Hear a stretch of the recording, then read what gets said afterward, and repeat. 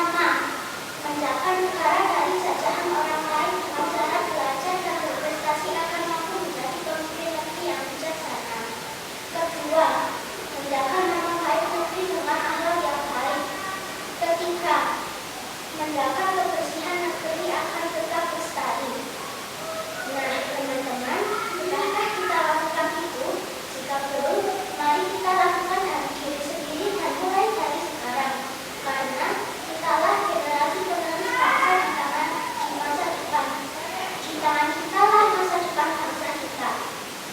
Mari kita wujudkan buku Laka Minal Iman sejak kecil agar bangsa Indonesia bisa nyaman dan damai sepanjang zaman. Kiranya cukup sekian yang bisa saya sampaikan. Kurang lebih